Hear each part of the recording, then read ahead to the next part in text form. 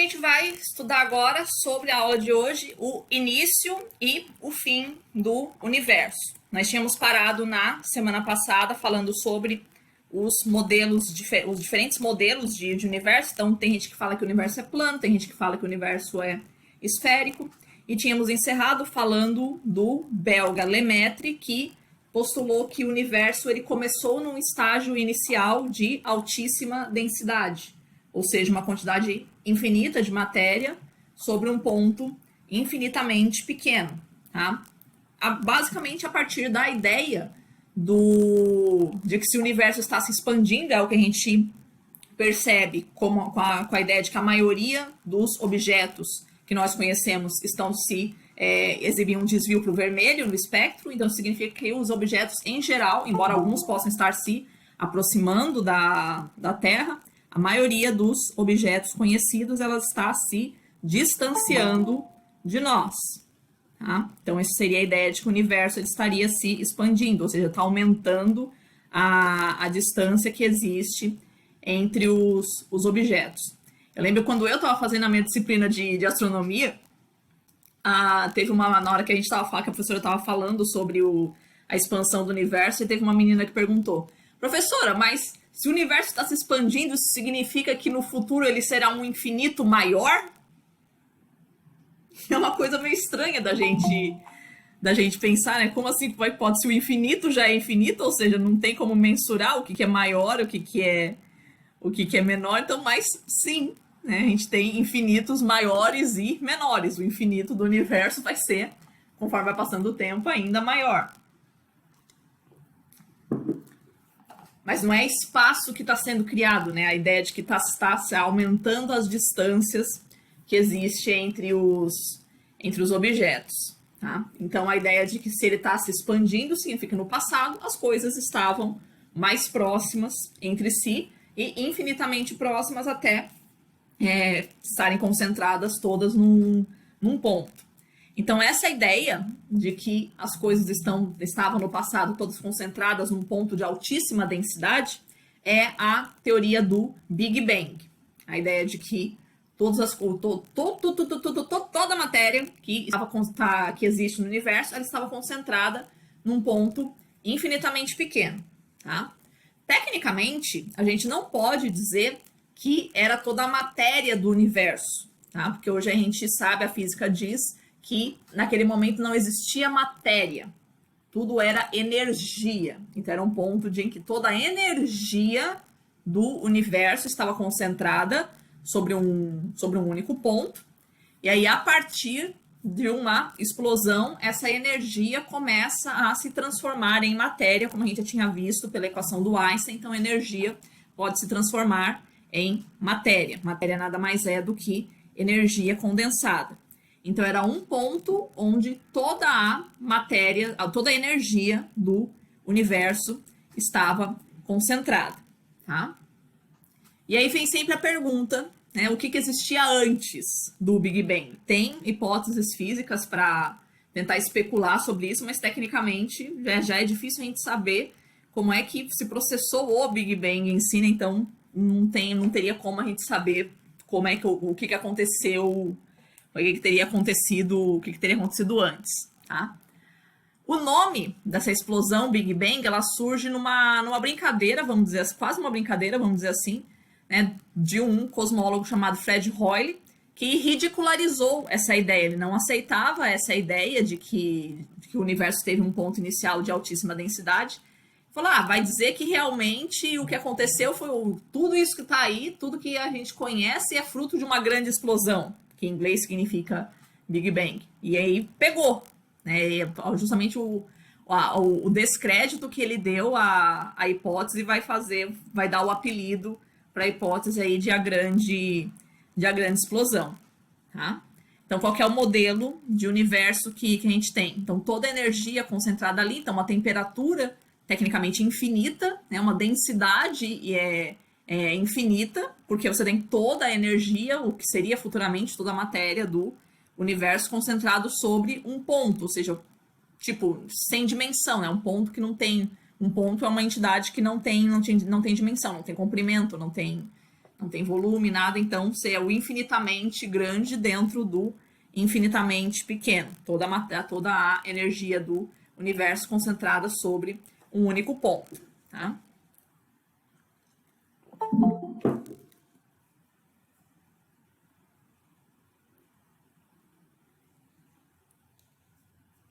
A teoria do Big Bang, para ser considerada válida, as equações as equações que previam e explicavam a existência do Big Bang, previam a existência de uma espécie de ruído de fundo. Como assim? Um tipo de radiação, um tipo de energia que deveria permear todo o universo. Tá? Essa energia ela foi descoberta em 1964, tá? Por um ruído de linhas, se não me engano, foi um ruído de linhas telefônicas que os técnicos estavam detectando ali uma energia ali que foram percebendo que ela tinha a mesma direção, a mesma intensidade para todas as direções do universo. Tá? Então, a partir da descoberta da radiação cósmica de fundo, que a gente tinha visto na semana passada, que é uma energia de micro-ondas que está na frequência das micro-ondas, que tem uma temperatura de 2,7 Kelvin, ou seja, uma energia baixíssima, mas que permeia todo o universo, ou seja, indicando que todo o espaço, não interessa qual a distância que ele esteve, né, ele é uma coisa só, ele é uma entidade só, ou pelo menos ele já foi uma entidade só, já que nada viaja mais rápido do que a luz, então como é que você pode ter uma energia que tem a mesma intensidade em todas as porções do universo? Simples, porque ela já estava lá desde o início, né? Porque o universo ele já foi, todo esse espaço já foi uma coisa só, já foi um mesmo espaço, um mesmo ponto. Então, a partir da descoberta da radiação cósmica de fundo, foi que a teoria do Big Bang ela passou a ser mais aceita dentro do universo da astronomia. Tá?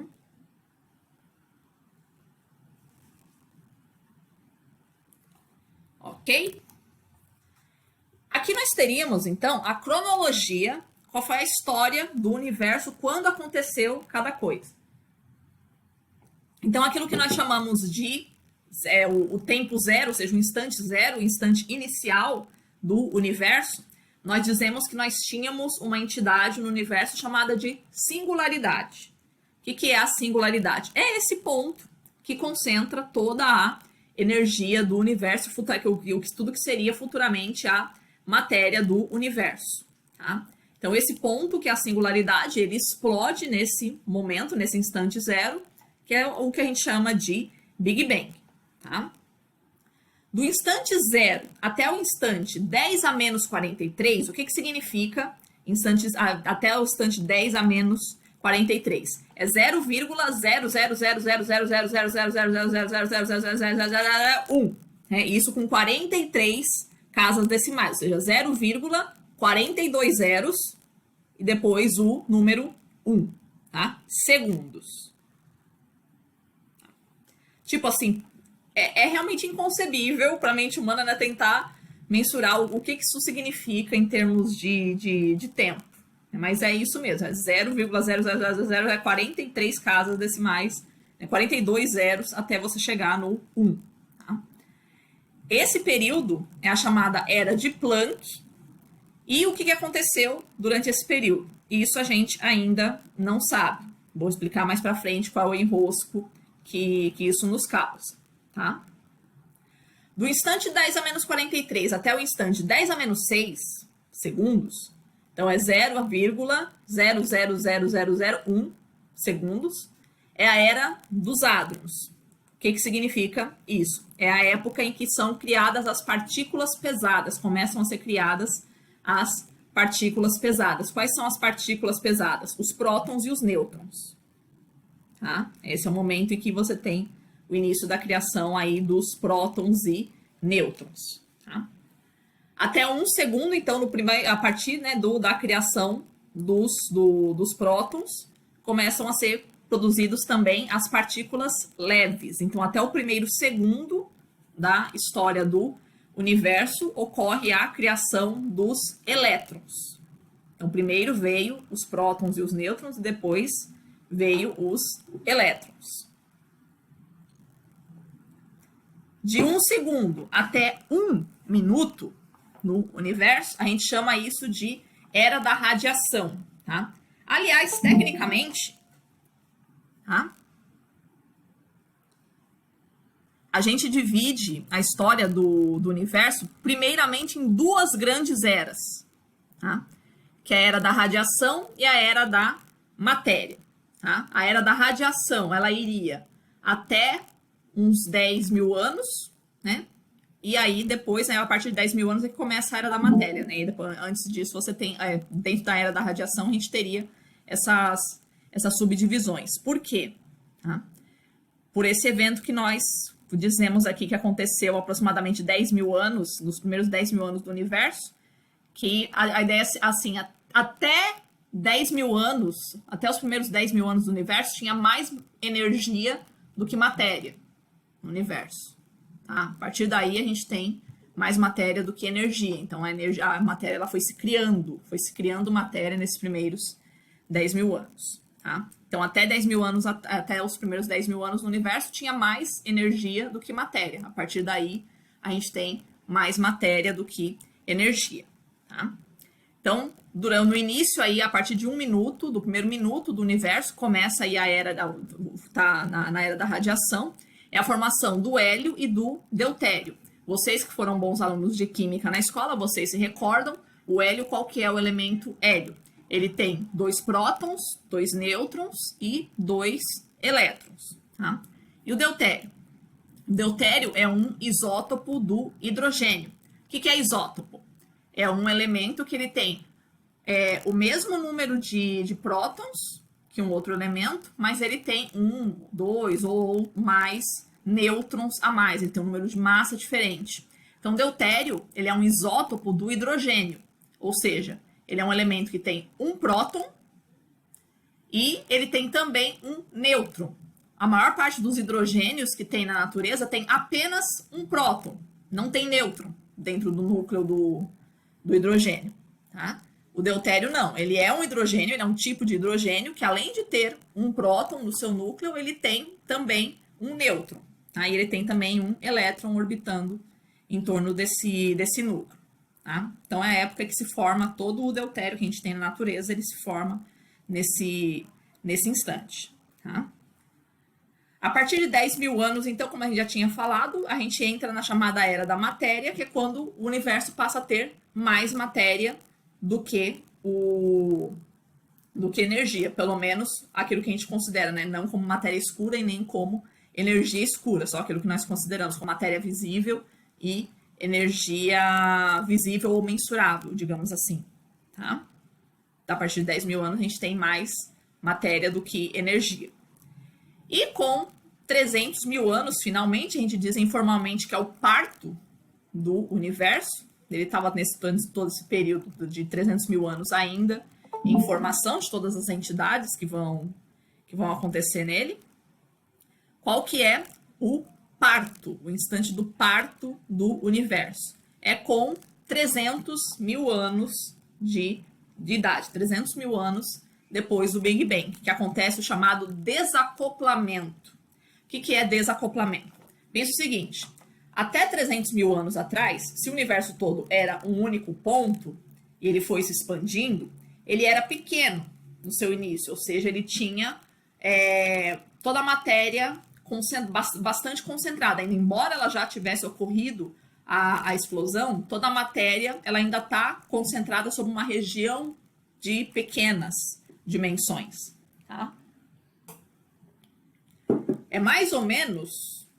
o centro de Florianópolis não é uma boa comparação pra gente fazer isso, mas pensando no centro de uma grande metrópole, assim, você vê aquele monte de gente apinhada, aquele monte, aquela loucura, assim, nas ruas, que você não dá pra você andar, né? Mas sempre tem uma ruazinha por ali que você consegue sair do meio da muvuca e consegue escapar. É mais ou menos isso o que significa o desacoplamento. Então, o universo ele vai se expandindo, e ele vai ficando cada vez menos denso, tá? No momento em que ele era extremamente denso ainda, tem bastante aquela matéria toda concentrada, a energia não consegue escapar desse miolão.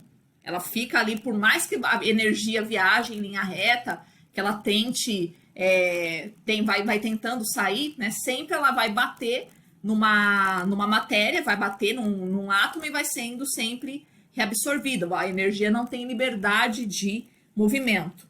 O desacoplamento é o momento histórico em que finalmente o universo ele tem uma densidade rala o suficiente para que a energia consiga viajar livremente, ou seja, a energia, os fótons, eles conseguem viajar pelo espaço sem bater em matéria e serem reabsorvidos.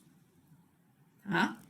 Então, basicamente da maneira como nós conhecemos hoje, que a energia viaja livremente pelo espaço. Antes não, né? Antes desse período a gente tinha um universo extremamente denso que a energia não conseguia viajar, a energia não conseguia escapar da muvuca de átomos que você tinha no universo. Tá? Então, a partir daí, esses 300 mil anos é que a gente diz que o universo realmente nasceu, já terminou a sua formação. Então, retomando, a gente tem primeiro essa grande explosão, depois esse período que vai do instante 0 até o instante 10 a menos 43, que nós desconhecemos a conformação do universo. Depois são criados os prótons e nêutrons, depois são criados os elétrons, depois a criação do hélio e do deutério. Depois a gente tem esse período de 10 mil anos atrás, ou 10 mil anos atrás não, 10 mil anos após o Big Bang, que é um universo passa a ter mais matéria, mais matéria do que energia, tá? Que a energia vai se transformando em matéria. E por fim, o parto de 300 mil anos atrás, que é o desacoplamento, quando a energia consegue viajar livremente por entre a matéria do universo sem ser reabsorvida por ele. Tá? A partir daí, é um universo tal como a gente conhece, né? Aproximadamente com 1 bilhão de anos, no primeiro bilhão de anos da história do universo, começam a ser formadas as galáxias. Né? Lembra que para a formação de galáxias, é algo que a gente sabe hoje sobre a formação de galáxias, seria necessário ter um buraco negro no centro, que é só esse ponto de altíssima gravidade para conseguir atrair essa quantidade tão grande de estrelas. Então, é aquele período que a gente estava vendo quando a gente falou sobre os quásares. Os quásares mais antigos que nós conhecemos têm aproximadamente aí 13 bilhões de anos atrás. Então, a gente considerando aí a estimativa mais aceita de um universo com 14 bilhões de anos de idade. Então, no primeiro bilhão de anos, começa a ter esses buracos negros supermassivos que vão atraindo gases, né, que vão ser os quásares, e esses gases é que vão formando as primeiras estrelas. Tá? E aí, com 10 bilhões e meio de anos após o Big Bang, é que se forma o nosso sistema solar. Então, nós somos um evento razoavelmente recente aí na história do universo. Tá? A Via Láctea, ela tem aí aproximadamente 10 bilhões de anos de idade. Então, quando a gente nasceu, a Via Láctea já estava bem madura, assim. A Via Láctea já tinha 5 bilhões de anos de vida, né? Nós não nascemos junto com a Via Láctea, foi bem depois, tá? Ok? Então, essa é a nossa cronologia. Então, a gente vai se deter um pouco mais em detalhe nessa questão aqui do instante 0 até o instante 10 a menos 43 e qual é o enrosco que ela produz na física moderna. Tá? Na natureza, a gente tem, de acordo com a física moderna, a gente tem as chamadas 4 forças fundamentais. São as 4 forças que regem, de uma forma ou de outra, regem todos os fenômenos que acontecem na natureza. Força forte, força fraca, força eletromagnética e força de gravidade. Tá? Qualquer outra força, qualquer tipo de energia que você for pensar na natureza, ela é um derivado de alguma dessas forças aqui. Tá? Então, quais são essas forças? A força forte é a força que mantém os prótons dentro do núcleo atômico. Por quê? O que a gente sabe é aquela história de que cargas iguais elas se repelem e cargas opostas elas se atraem. Só que próton é tudo positivo. Como é que pode as partículas, os prótons, né, sendo tudo positivo, conseguirem ficar tão próximos entre si dentro do núcleo atômico, que é um negócio extremamente pequeno, né? Então, essa é chamada força forte. É uma força que faz com que que é muito mais forte do que a força eletromagnética, né? Que repeleria repeleria essas cargas. Então, a força forte ela vai manter os prótons unidos dentro do núcleo atômico. Ela vai acabar com essa tendência que teria, né, de cargas iguais se repelirem. Tá? Então, a força forte é quem mantém os prótons ali, por terem cargas iguais, ela que mantém todos os prótons ali dentro do núcleo. Tá? A força fraca é a força que atua no decaimento beta. Professora, que diabos é decaimento beta? Vocês, talvez não, porque não é todo conteúdo escolar que vê isso. Mas alguns de vocês que tiverem sido bons alunos de química ou de física na escola, no conteúdo de radioatividade, isso é passado. O que era a partícula beta dentro da radioatividade? É o elétron. Então a gente vê na escola quais são as principais radiações que a gente tem em radioatividade. Radiação alfa, radiação beta, radiação gama. Radiação alfa não é propriamente uma radiação, é matéria, né? O núcleo do átomo de hélio, 2 prótons e dois nêutrons. A radiação beta é um elétron. Então é quando o átomo deixa escapar um elétron. Tá? Então a força fraca ela atua na formação desse fenômeno, hein? Quando um nêutron deixa de... É isso mesmo? É. O nêutron deixa de ser nêutron, ele vira um próton e libera com isso um elétron. E esse elétron vai viajar para o espaço. Então é nessa transformação aí do nêutron para se transformar num próton, vai liberar um elétron. Então essa transformação aí do nêutron para virar um próton liberando o elétron é a chamada força fraca que vai atuar. Tá? A força eletromagnética, ela vai ser a que atua entre as partículas carregadas, ou seja, é a força que vai gerar, por exemplo, os fenômenos da eletricidade e do magnetismo, que a gente sabe que no fundo são uma coisa só. Então é o que faz, né, você ter o movimento dessas cargas elétricas. E por fim, a mais fraca de todas é a força de gravidade, é a força que vai fazer a matéria atrair matéria. Tá? Grosso modo, vocês perceberam aí, quanto mais forte a força, menor é a sua área de atuação. Ou seja, a força forte, ela atua dentro do núcleo atômico. A força fraca, ela atua no átomo como um todo, ou seja, para fazer uma partícula se transformar e sair do átomo. A força eletromagnética, ela atua entre cargas que estão em átomos diferentes. E a força de gravidade, ela atua entre corpos inteiros diferentes. Tá? Então, quanto mais forte a força, menor é o seu campo de atuação. Quanto mais fraca a força, maior é o seu campo de atuação. Então, a força de gravidade, ela é a mais fraca de todas as forças da natureza, mas é a que tem o maior alcance. Então, galáxias são atraídas umas entre si por gravidade, embora sejam separados a quintilhões de quilômetros de distância, mas são atraídas pelo efeito da gravidade. Ok? Então, essas são as 4 forças que existem na natureza. Esse aqui é um diagrama que mostra a história de formação dessas forças. Tá? A ideia que a física moderna tem é que todas essas forças, elas já foram uma coisa só. Elas já foram uma força só. Por quê? Porque naquele instante da singularidade, que a gente tinha, né, em que o universo era todo uma coisa só, tudo era a mesma energia, então também todas as forças eram uma só. Tá? Então a gente tem um universo a uma temperatura de 10 elevado a 32 Kelvin, que é o instante aí do Big Bang, tá? Em que todas essas forças eram uma força só. A partir do instante 10 a menos 43, essas forças começam a se separar. Tá? A primeira delas que se separa é a força de gravidade. Ela já se separa as outras três no instante 10 a menos 43. Tá? Depois, no instante 10 a menos 35, se separa a força forte.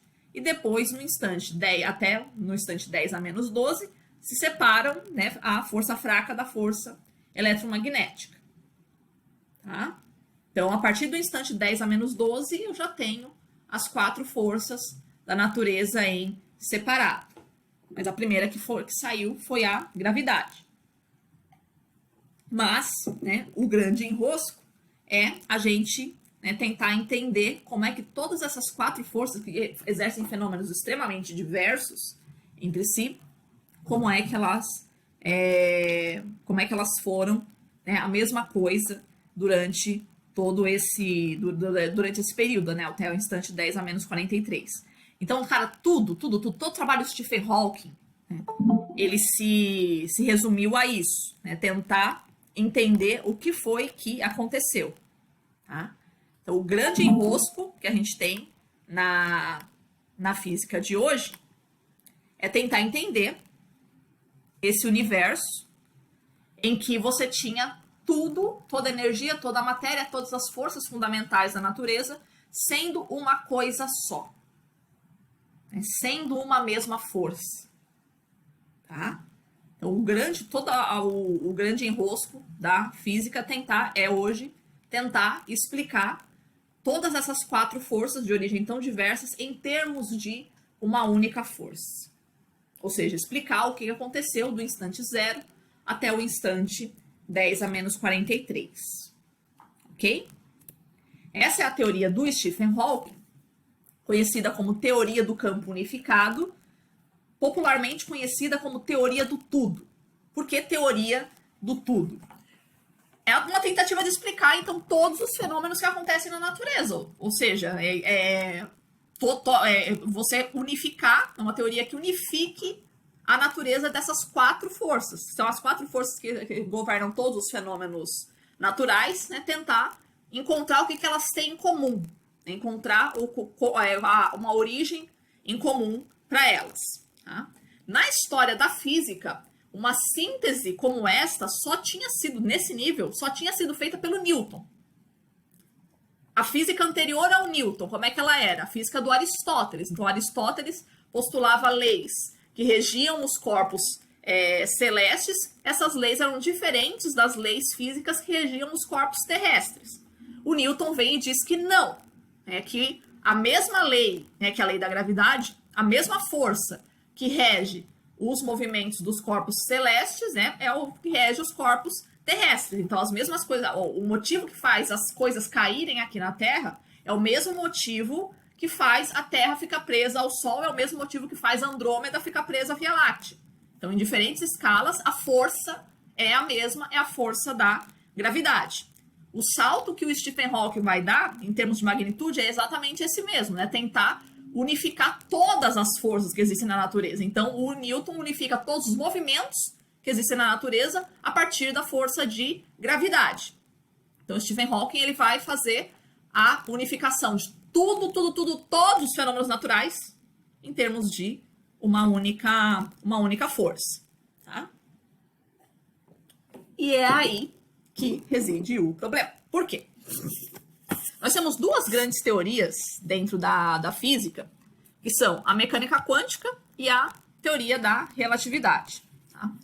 A mecânica quântica, ela explica todos os fenômenos que ocorrem na natureza em termos de partículas. Ou seja, todos os fenômenos não são feitos, vamos dizer assim, por energia, tal como a gente conhece. Né? São a ação de partículas. Tá?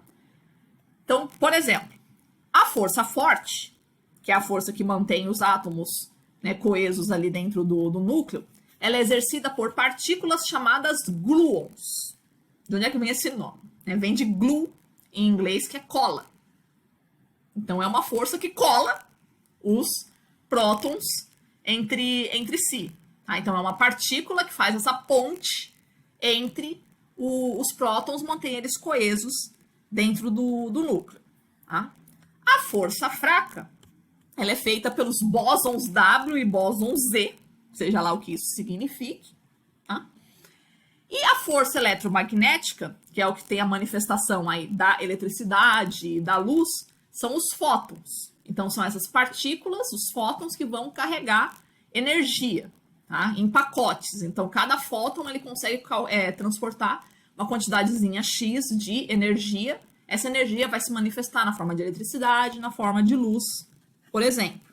Tá? Então, a luz, a luz não é, para a teoria da mecânica quântica, a luz não é onda, ela não é energia, ela é partícula. Tá? Então, essas partículas eletricamente carregadas aí que vão, né, mandar a luz aí pelo universo. Ok. Então, é razoavelmente pacífico dentro da física a ideia de que essas três dessas forças fundamentais, elas são exercidas por partículas. O problema está na gravidade. Tá? A força de gravidade, a mecânica quântica diz que é exercida por partículas chamadas gravitons. Então, qual seria a ideia?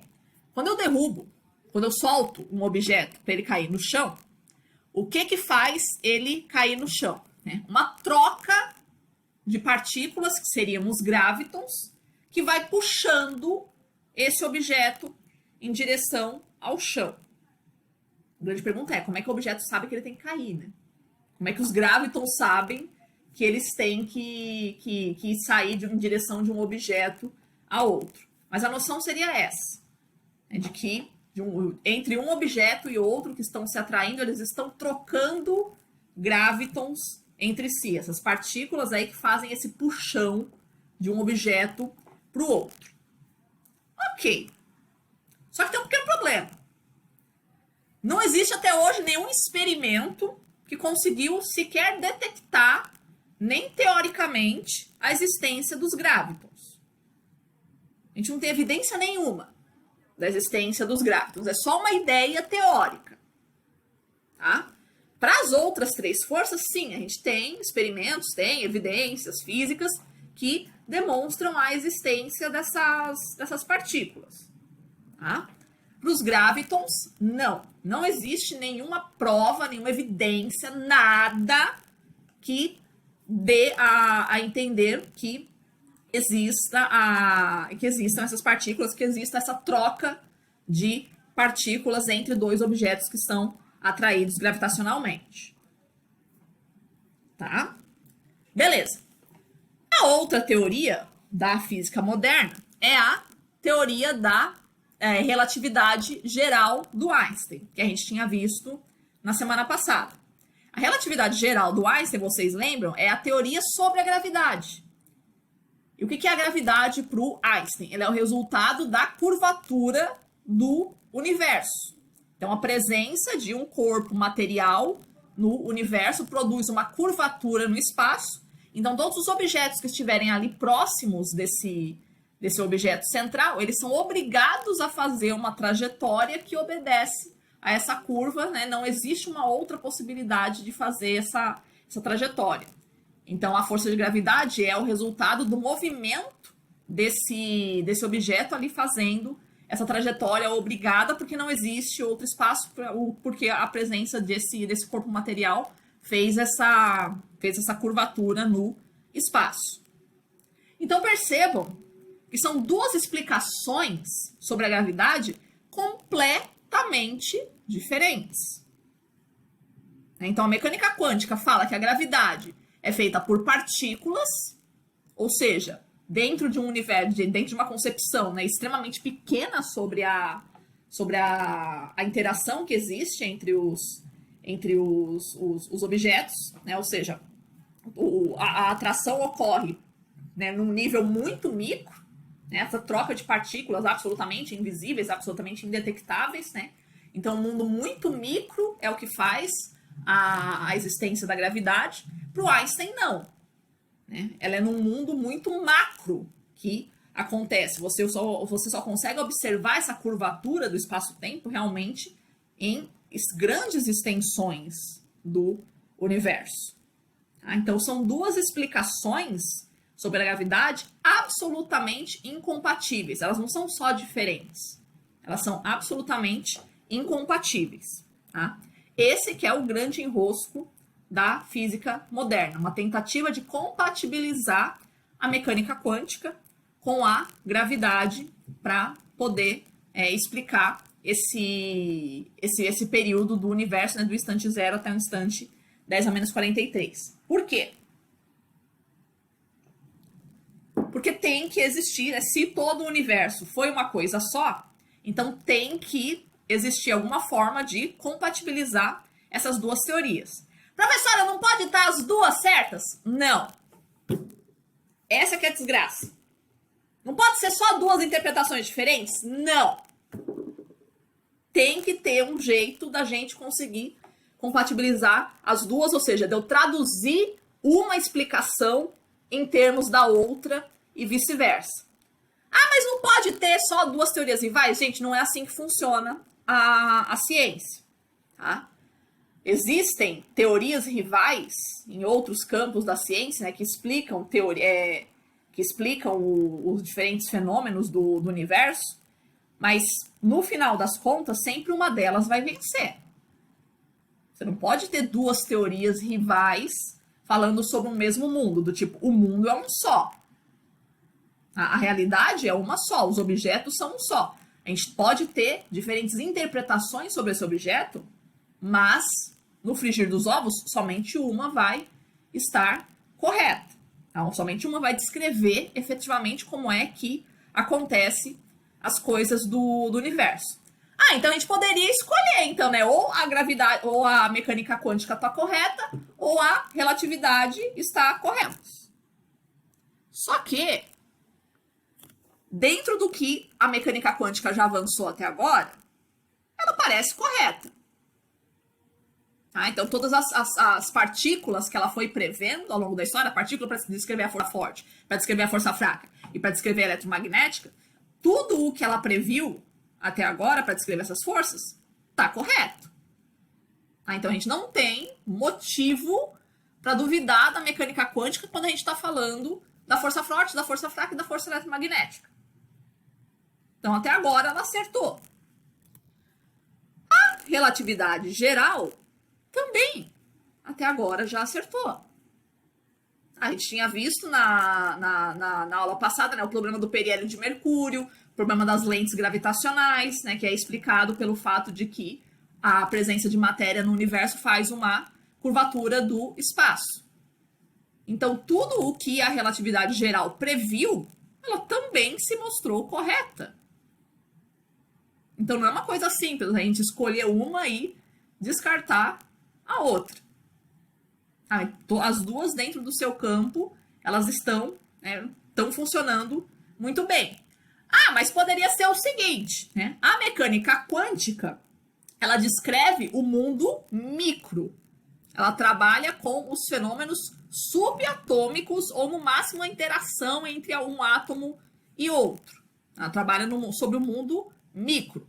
A relatividade geral, ela trabalha sobre o universo macro, ou seja, a interação que existe entre planetas, entre estrelas, entre galáxias. Ela está falando de uma porção do espaço em grande escala. Então, a mecânica quântica trabalha com um espaço de pequena escala. A relatividade geral, ela trabalha com o universo de macro escala. Professora, a gente não poderia, então, realmente conciliar as duas da mesma forma que a gente conseguiu conciliar a mecânica newtoniana com a teoria da relatividade restrita, por exemplo, né? Porque aquela história de que... um exemplo da mecânica newtoniana, de que a massa é uma constante.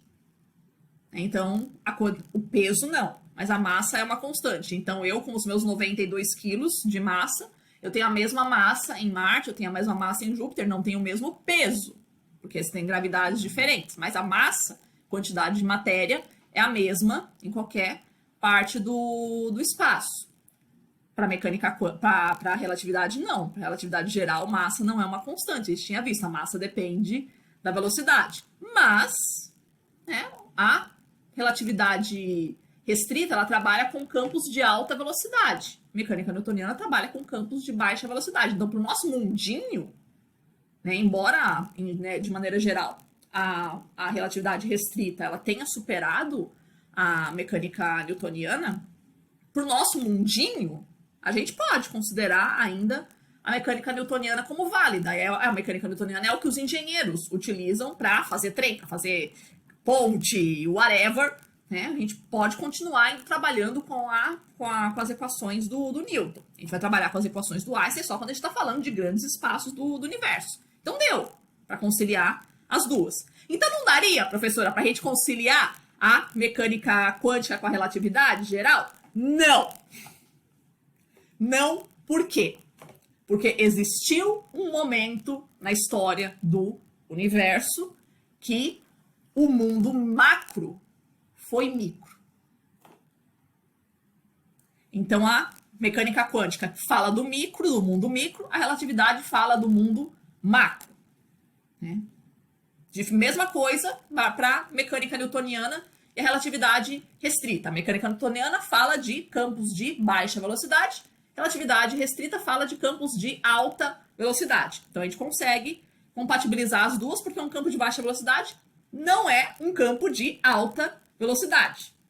Tá? Pelo menos não no mesmo instante. Tá? Com a mecânica quântica e a relatividade, essa compatibilização entre as duas, existe esse problema. Tá? Porque existiu um período histórico em que o macro foi micro, em que o universo todo foi um único ponto. Ou seja, existiu um período do universo em que essas quatro forças foram uma força só. Ou seja, que a gravidade foi a mesma coisa que a força fraca, que a força eletromagnética e que a força forte. Então, se a força fraca, a força eletromagnética e a força forte, né, elas são produzidas por partículas, então ela deveria, né, ter alguma coisa, né, deveria ter algum tipo de partícula atuando para fazer a gravidade. Tá? Então é aí que entra o trabalho do Stephen Hawking, né? A gente tentar criar uma teoria que consiga conciliar essas duas teorias, consiga conciliar a mecânica quântica com a relatividade. E aí, qual é a hipótese do Stephen Hawking? É a chamada teoria das cordas. Então, o que seria a teoria das cordas? A ideia de que existem partículas ainda mais fundamentais do que os quarks. Tá? Então, a gente tem que as menores partículas da matéria são os prótons, nêutrons e elétrons? Não. Os prótons, nêutrons e elétrons eles são formados por quarks, são partículas ainda menores. E aí vai subdividindo, e aí a menor partícula possível, né, são as chamadas cordas. Que seria uma espécie aí, como se fosse uma célulazinha, mais ou menos desse jeitinho aí que tá esse gif aí vibrando para vocês. Então seria uma... Como é que a gente vai explicar um negócio desse, assim, tipo... É uma membraninha, né? Uma membraninha que tá vibrando. Tá? Então essas seriam as cordas, são as menores partículas existentes na natureza, tá? E dentro, que estariam aí formando, né, o conjunto de cordas formariam as diferentes partículas, tá? De que forma? Os diferentes tipos de quarks, os diferentes tipos de fótons, os diferentes tipos de bósons que existem na natureza são, na verdade, diferentes níveis de vibrações das cordas. Tá? Então, umas são mais agitadas, outras são mais lentas. Então, o nível de agitação das cordas é que vai ditar que tipo de partícula eu estou formando. Tá? Se eu estou formando um quark, se eu estou formando um lepton, e aí o conjunto deles formando as outras partículas. Tá? E aí também, da mesma forma, né, o conjunto de vibrações, né, o ritmo de vibrações dessas cordas formariam as diferentes forças da natureza. Tá? Bom, E aí onde é que entra a gravidade? A força de gravidade, ela está oculta dentro das cordas. Tá? Em algum lugar ali dentro, né, ela está atuando, por isso que a gente não consegue detectar essa força, né, como a gente consegue detectar as outras. Então, a gente consegue detectar, consegue em estado teórico detectar qual é o nível de vibração do bóson W, qual é o nível de vibração dos fótons, qual seria o nível de vibração dos gluons. Tá? A gravidade seria uma força que atuaria dentro das cordas, de acordo com a hipótese da teoria do tudo do Stephen Hawking. Por isso que ela é inacessível a nós em termos de partículas. Tá? Esse espaço para você fazer né, pensar o universo, né, como sendo feito por cordas, tá? A teoria do Stephen Hawking, ela prevê que existem outras dimensões do espaço dentro das cordas. Então, tem diferentes teorias, né, tem diferentes variações da teoria do tudo, falando de quantas dimensões tem o espaço. Então, tem teoria que vai falar que a gente tem 6 dimensões no espaço, 7, né, 26, né, já chegamos aí a pensar 26, né, dimensões dentro das cordas. Ou seja, o que seria isso? Né? Outros espaços dentro das cordas. Outros universos. Sim, é isso mesmo. Outros universos dentro das cordas. Olha a quantidade de objetos que tem à sua volta. Você faz alguma ideia da quantidade de átomos que consegue formar todos esses objetos que estão à sua volta? E aí, dentro desses átomos, a quantidade de prótons que forma tudo isso? E dentro desses prótons, a quantidade de quarks que forma tudo isso? E dentro desses quarks, a quantidade de cordas que vai formar tudo isso? Negócio muito inimaginável para nós. Mas a ideia é que existem, cada uma dessas cordas, existem outros universos rolando. Tá? Absolutamente inacessíveis a nós. Um monte de dimensões ocultas, né, de forças ocultas acontecendo ali dentro das cordas é que vão produzir a força de gravidade, por isso que a gente não consegue detectar a gravidade como partícula. Se isso for realmente assim, se a gente tem outros universos dentro de cada corda, de cada um dos objetos que você visualiza do universo, quem não garante que o nosso universo conhecido não está também dentro de uma corda? E que fora dela tem muitíssimo mais coisa rolando. É enlouquecedor? É.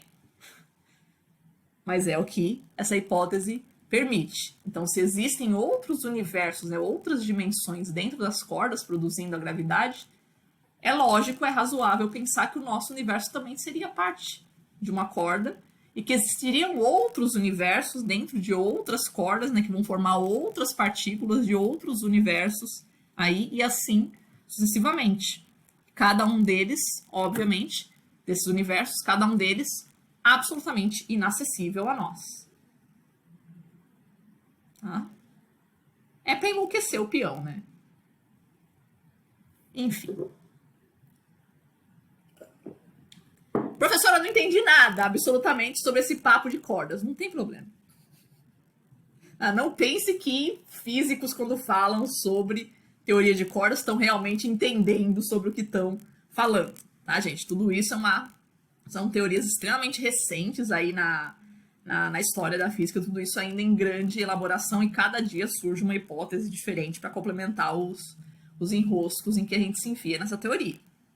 Tá? Mas, basicamente, é isso. Né? Todas a partícula mais fundamental que nós temos seriam cordas, então a gravidade ela atua no interior das cordas, ou todas as outras partículas, elas são diferentes vibrações, diferentes níveis de vibrações das cordas, e a gravidade ela atua dentro das cordas, é uma força que atua dentro das cordas, por isso que a gente não consegue detectar, não consegue explicar ela em termos de partículas. Tá? Então aí você conciliaria. Tá? Então aí você faria a teoria do tudo, aí você conseguiria explicar que todas as forças, elas são uma coisa só, né? Tudo que existe na natureza é explicável em termos das cordas. Tá?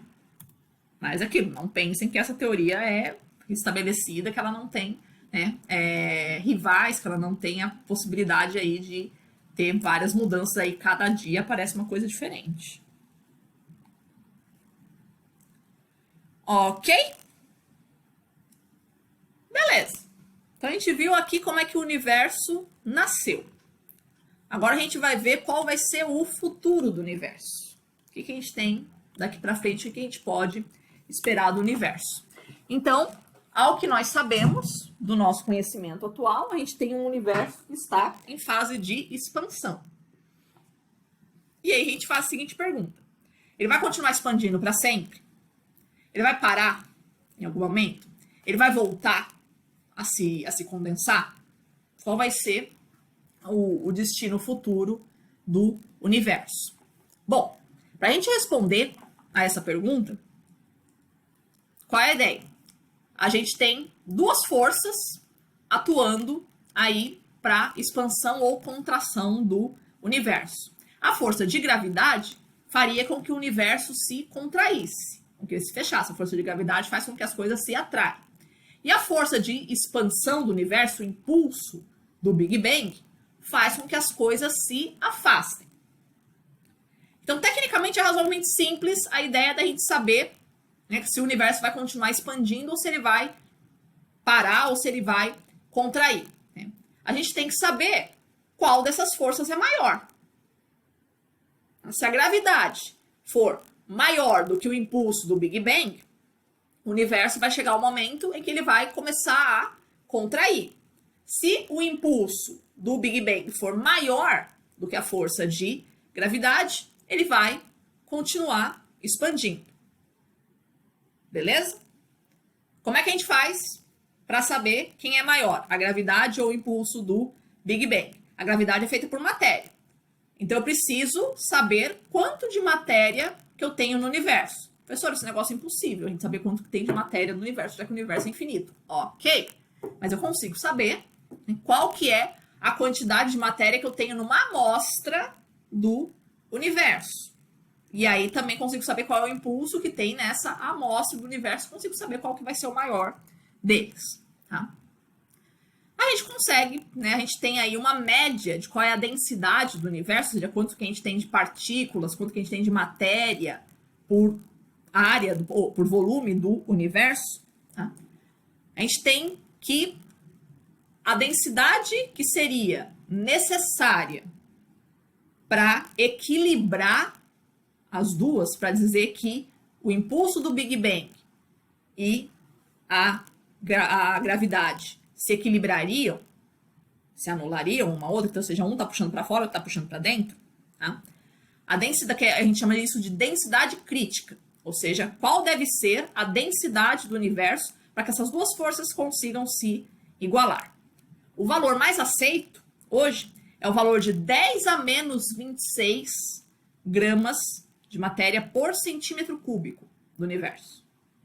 Então, um cubinho de 1 centímetro de lado, então 1 centímetro de altura, 1 centímetro de comprimento, 1 centímetro de largura, um quadradinho de 1 centímetro cúbico de volume, ele tem que ter uma densidade de 10 a menos 26 gramas. Então, 0,000000025 zeros, depois o número 1, então isso aí em gramas. Tá? Isso é uma média para o universo, claro, né? Tem partes do universo que são mais densas, partes do universo que é menos denso, né? Mas isso, para uma média do universo, ele teria que ter essa densidade.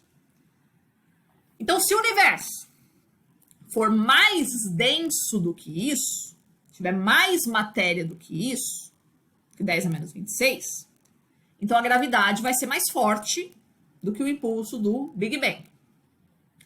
Se o universo tiver uma densidade menor do que 10 a menos 26, o impulso do Big Bang vai ser menor do que a gravidade, vai ser maior do que a gravidade. Então, isso vai ter futuros diferentes aí para o universo. Então, seria mais ou menos assim que funcionaria, né? A quantidade, né? A distância entre as galáxias. Então, se a gente tiver um universo que está abaixo da densidade crítica, ou seja, um universo mais ralinho, um universo mais leve do que a densidade crítica, ele é um universo chamado de aberto, ou seja, as distâncias entre as galáxias vão aumentando progressivamente. Se a gente tiver um universo que está abaixo da densidade crítica, ou seja, um universo mais condensado, então eu teria uma gravidade que seria mais forte do que o Big Bang. Então, muito embora num primeiro momento o universo vá se expandindo, vai chegar uma hora que ele vai parar e vai começar a contrair. Esse é um universo chamado de universo fechado. Aí ele vai se expandir até um ponto e depois ele começa a voltar. E a gente tem também uma terceira hipótese que não pode ser descartada, que é uma menos provável, que o universo estaria exatamente, né, teria exatamente, eu vou ganhar a loteria isso, né? Tá exatamente na densidade crítica. Então a gente disse que isso seria um universo plano. Tá? Então esse seria um universo que ele continuaria expandindo, mas com uma expansão cada vez mais lenta. Esse seria o meio termo entre as duas hipóteses. Então, no universo aberto, as galáxias elas vão se expandindo de forma cada vez mais acelerada. No universo fechado, as galáxias vão se expandindo a velocidade negativa, ou seja, elas vão voltando. No universo plano, então, seria o meio termo entre essas duas hipóteses. Ele vai expandindo aceleradamente no primeiro momento, a partir do Big Bang, depois ela começa uma desaceleração, porém sem nunca parar, efetivamente. Vai ficando cada vez mais lento, mas sem nunca parar. Tá? Então, são esses os 3 cenários que nós temos para a formação, para o futuro do universo. Então, se eu tiver um universo que está acima da densidade crítica, ou seja, um universo com muita matéria, um universo muito rico em matéria, esse é um universo em que a gravidade vai vencer o impulso do Big Bang. Então, a gente vai ter esse primeiro momento de expansão que nós estamos vivendo, um momento de expansão, mas vai chegar uma hora que a gravidade vai ser mais forte, né? Que essa expansão vai perdendo força e a gravidade vai começar a ser mais forte, efetivamente, do que essa força de expansão. E aí as galáxias vão começar a se aproximar cada vez mais, aproximando, e vai aproximando tudo, cada vez mais próximo, até a gente chegar, eventualmente, a, de novo, aquele estágio de que tudo estava num ponto só. Tá? Esse tipo de morte do universo é chamado de Big Crunch. Então, a gente nasceu com um Big Bang, nascemos com uma grande explosão. O Big Crunch seria o grande colapso. Né? Tudo vai se juntar de novo. Tá? Professora, pode acontecer de ter um Big Bang de novo? Pode. Nada garante que não. Então, o universo explode, vai expandindo tudo de novo, né? Depois começa a contrair, fecha tudo num único ponto, explode de novo, vai expandindo, depois começa a se contrair, explode tudo de novo. Então, segundo essa hipótese, a gente consegue pensar que os Big Bangs seriam cíclicos. Então, o universo nasce e morre, né, alternadamente, em ciclos. Lembra quando a gente estava falando no começo dessa aula, né? Que a cosmologia serve, por exemplo, para a gente tentar saber se o tempo ele é cíclico ou se ele é linear. Então, nessa teoria, a gente poderia ter uma concepção de tempo como cíclico. Ou seja, que os eventos eles vão se repetindo ao longo da história do universo. Vou tendo vários Big Bangs ao longo da história e várias mortes do universo, vários renascimentos do universo ao longo da história. A grande pergunta é, você existiria de novo no próximo universo? Será que os eventos que aconteceram neste nosso universo vão acontecer exatamente da mesma forma no próximo universo? Ou que aconteceram exatamente da mesma forma no universo anterior?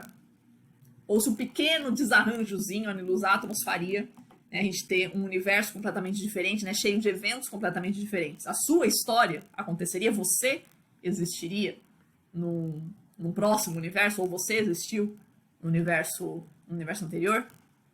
Loucura, né? Mas seria essa a ideia, né, de que a gente teria Big Bangs acontecendo ciclicamente. Tá?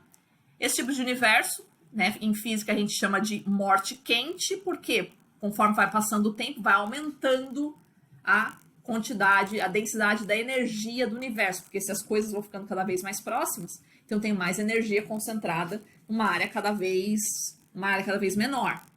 Tá? Então eu ter o instante do colapso vai ser quente, ou seja, vai ter uma quantidade aí infinita de energia. Tá?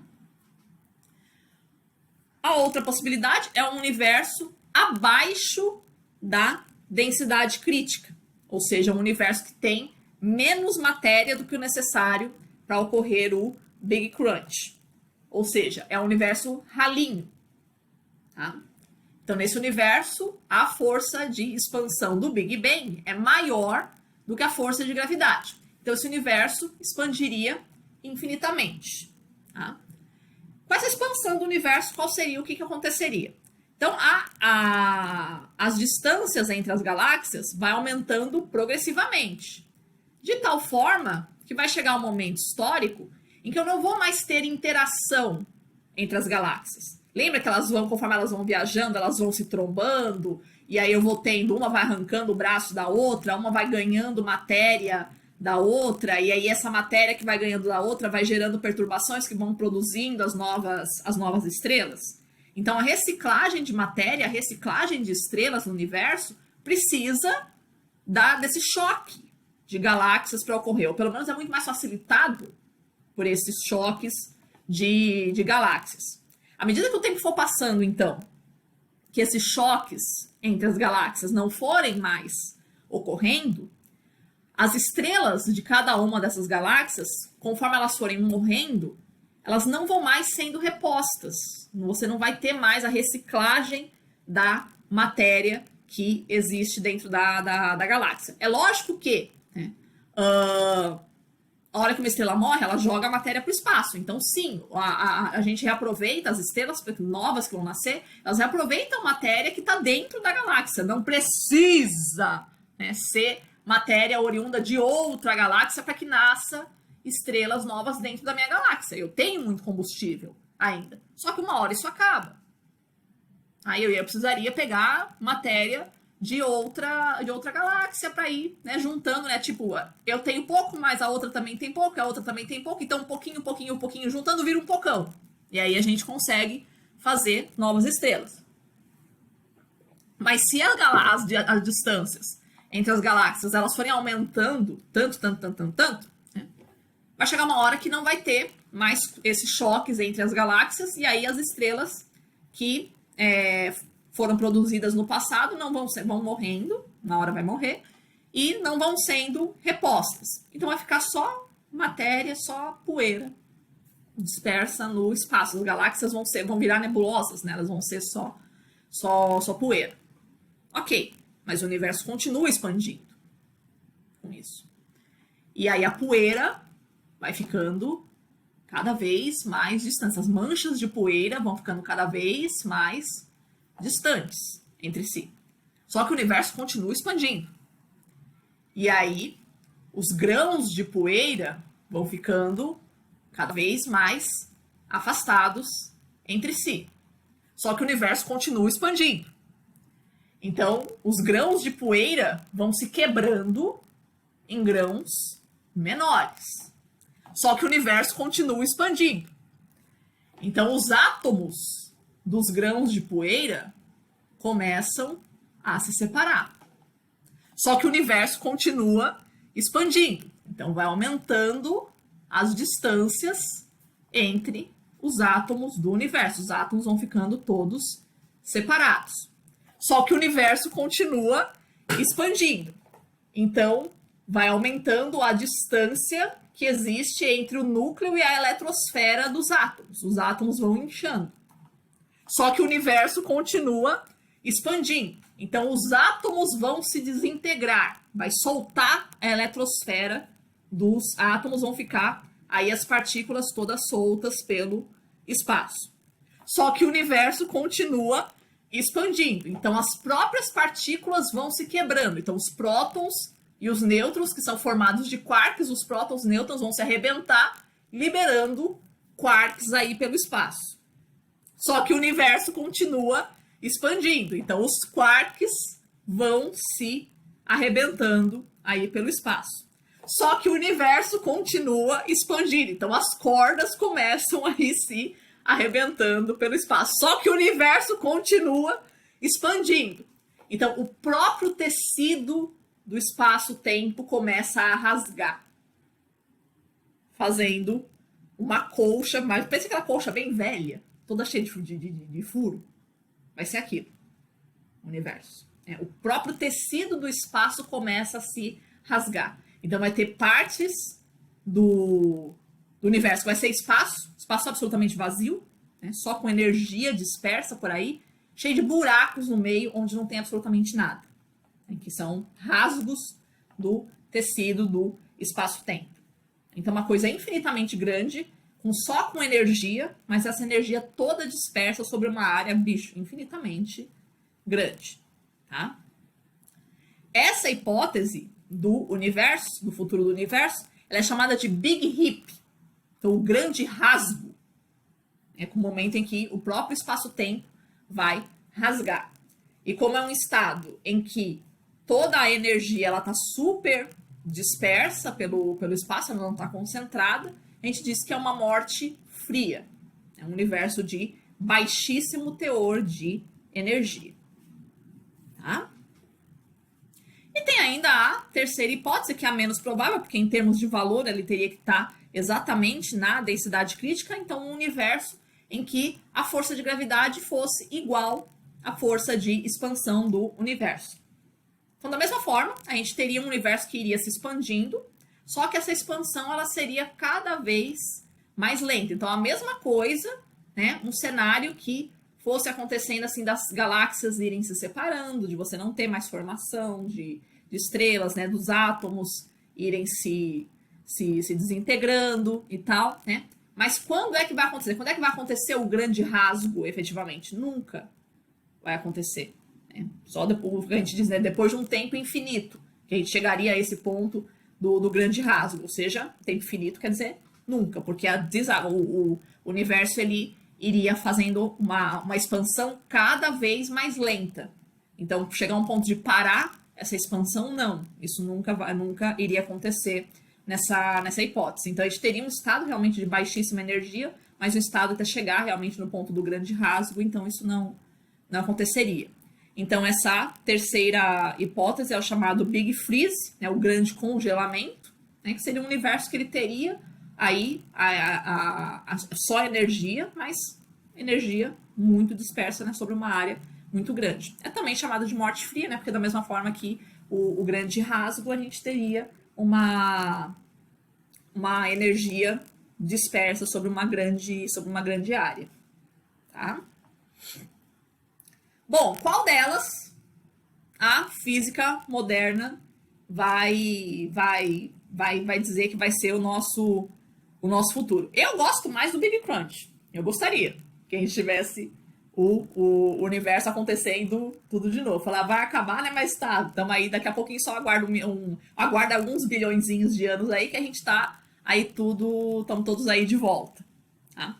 Bom, ao que nós sabemos, ao que a física moderna diz, a densidade do universo conhecido é de 10 a menos 28 gramas por centímetro cúbico. Isso é um valor, então, que está abaixo do valor médio aí estimado da densidade crítica. A densidade crítica, então, é 10 a menos 26 gramas por centímetro cúbico. Então, o nosso universo conhecido tem uma densidade de 10 a menos 28. Ou seja, está abaixo. Está abaixo, então o universo não tem tanta gravidade assim.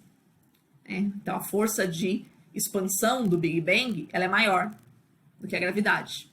Então, qual será o nosso futuro? O nosso futuro será o Big Rip. Tá? Seria o grande rasgo. Esse cenário de que o espaço-tempo vai rasgar, seria esse o cenário de acordo com o que nós conhecemos sobre a distribuição de matéria no espaço. Tá? Então é assim que a gente vai terminar. Expandindo, expandindo, expandindo, expandindo, cada vez mais acelerado, até que o próprio espaço-tempo destruindo todas as partículas e destruindo o próprio tecido do espaço-tempo. Esse é o nosso futuro. Tá? Mas o martelo ainda não está batido. Tá? Por quê? Porque tem a tal da matéria escura. Lembra da matéria escura? Ela exerce gravidade. Então, nessa densidade que nós estamos contabilizando aí do universo, a gente está contabilizando só a matéria luminosa. Matéria escura, pelo que a gente sabe, ela é a maior parte do universo é matéria escura, não é matéria luminosa. Tá? A estimativa que nós temos é que aproximadamente 95% da matéria dos aglomerados de galáxias não é matéria luminosa, é matéria escura, para poder fazer a atração gravitacional entre elas. Tá? Se a gente for pensar para outras regiões do universo que a gente não conhece, que a gente pode ter ainda proporções ainda maiores da existência da matéria escura e de energia também, dá para pensar que a gente conseguiria, né, chegar a um valor bem próximo disso. Se 95% da matéria do universo conhecido é matéria escura, então a gente já chega bem próximo aí, né? São então 2 ordens de grandeza, a gente conseguiria subir 2 ordens de grandeza aí, então a gente conseguiria chegar a algo muito próximo desse valor aí de 10 a menos 26, nos aproximando aí de um futuro de Big Freeze. Tá? Se a gente tiver, né, uma quantidade ainda maior do que matéria escura, ou seja, muitíssimo mais matéria escura disponível aí no universo, mais do que a gente imagina que a gente conhece hoje, poderíamos entrar num cenário de universo que a gente teria mais do que o necessário para deter a força de expansão do universo. E aí a gente entraria no cenário de Big Crunch no final. Tá? E para encerrar, né, a gente coloca aqui para vocês qual seria a distribuição, então, de matéria e de energia no universo. Tá? Essa força que faz a expansão do Big Bang, que é chamada energia escura, ela compõe aproximadamente 70% da massa do universo. Então, olha que coisa curiosa. Vamos pensar o seguinte, né? É uma força que faz a expansão do universo, mas ela própria é mensurável em termos de massa, ou seja, ela própria produz gravidade, se a gente for pensar nesse sentido. Tá? Então, ela pode compor aí, podemos aventar a hipótese de que ela comporia aí uma massa importante do universo, né, conseguindo contabilizar aí para a gente estar acima ou abaixo da densidade crítica. Tá? Então, a matéria escura, como a gente tinha visto, ela é a matéria que ela não exerce nenhum tipo de... A gente não consegue detectar nenhum tipo de radiação proveniente dela, a gente só sabe dela pela atração gravitacional que ocorre entre as galáxias. E energia escura também, é uma energia que a gente não consegue ter nenhum tipo de... Não consegue detectar nenhum tipo de comprimento de onda e tal, que é o que faz a expansão do universo. Ou seja, tem alguma forma de energia fazendo com que essas galáxias se expandam, né? Uma energia de movimento. Não confundam energia escura com a radiação cósmica de fundo. Não é a mesma coisa. A radiação cósmica de fundo é uma energia que permeia todo o universo, mas a gente sabe qual é a frequência dela, a gente sabe qual é a temperatura. Tá? Então, ela é feita da mesma forma de energia que nós conhecemos aqui na Terra.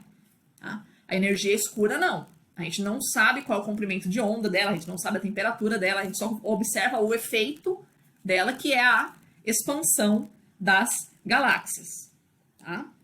O Einstein chamava essa entidade, né, de constante cosmológica, e os gregos chamavam isso de éter, né, que seria o quinto elemento, né, uma energia que permeasse todo o universo.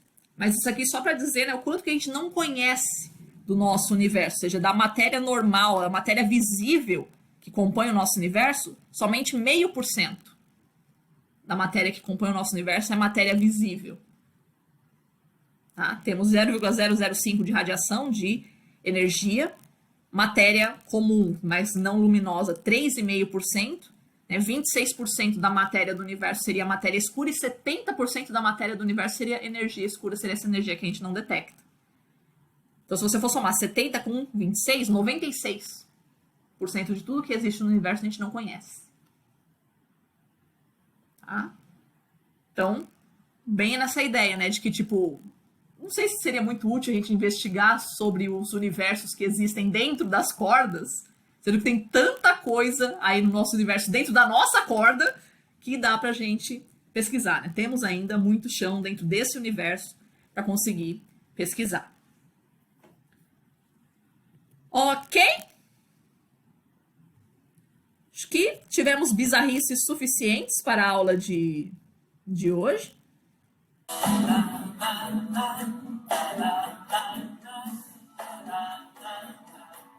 Alguém tem alguma questão, crianças?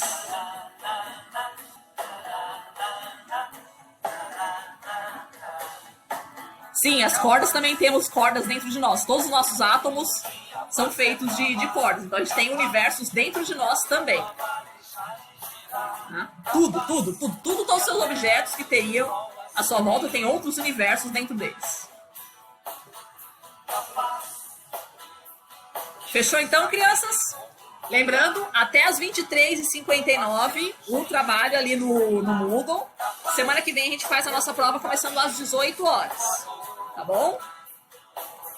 E, para quem tiver dúvidas aí antes da prova, a gente tem o nosso plantão ainda na quarta-feira. Tá bom? É bem louco toda a nossa vida aí. Fechou, crianças? Muito obrigada pela presença de vocês. Tá? Muito obrigada por permanecerem no curso. E seguimos aí em frente, né? Esperando o nosso próximo semestre. Vamos ver como é que as coisas se desenrolam. Tá? Fechou então, crianças? E até semana que vem.